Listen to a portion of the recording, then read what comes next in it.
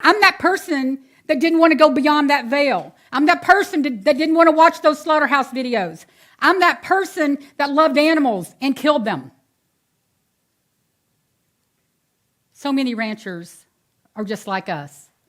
They really love animals and kill them.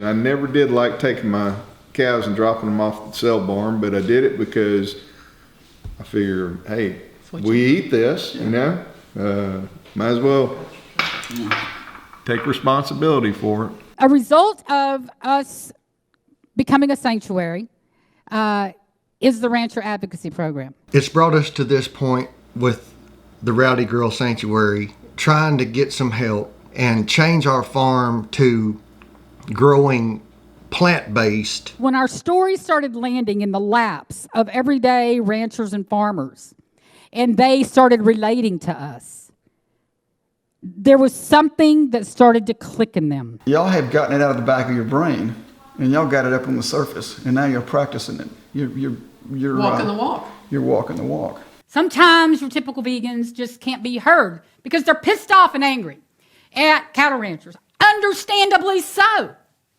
But it's not going to change them. The anger doesn't change them. The conversations change them. A rancher talking their language on national TV, they knew that they started pulling on their heartstrings.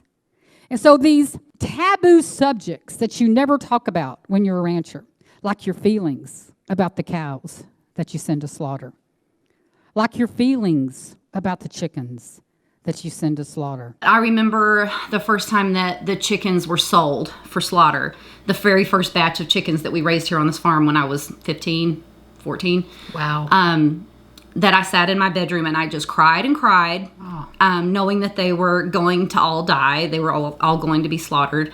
But that was yet another thing that was part of farming. And we're indoctrinated to like what you're just talking about, cows, chickens, pigs, that they don't have the same kind of feelings. They don't have the same kind of pain. You're right, man. You take them to the market and you feel like a murderer, you know. They need to talk to people that can tell them, I feel the same way, but I don't know what to do about it. Because I've talked to ranchers, 8th generation cattle ranchers, that tell me, you know, our kids don't want to inherit the farm. They're going vegan and vegetarian. I've heard this over and over, and this is one of the big problems coming into our society. So we were coordinating this with Davey's parents, and they're like, okay, well, there's a schedule in November for some of the cows to be picked up for auction. Did you round them up? No. Hell no.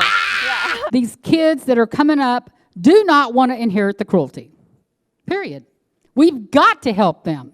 The Ranchers Advocacy Program is positioned to do that. The Barrett Farm used to be a chicken farm, and they had 4 chicken sheds in Wicks, Arkansas. They processed 100,000 chickens every 52 days. And now we are converting their farm to a mushroom farm. And one day, whenever we get this thing started, one day I'm going to be able to help another farm somewhere close by to be able to do the same thing that I'm doing. And then another one, and then another one, and then another one. And hopefully these farms that we put online can do the same thing to their friends and their farmers. This thing is going to be global. It's going to go global.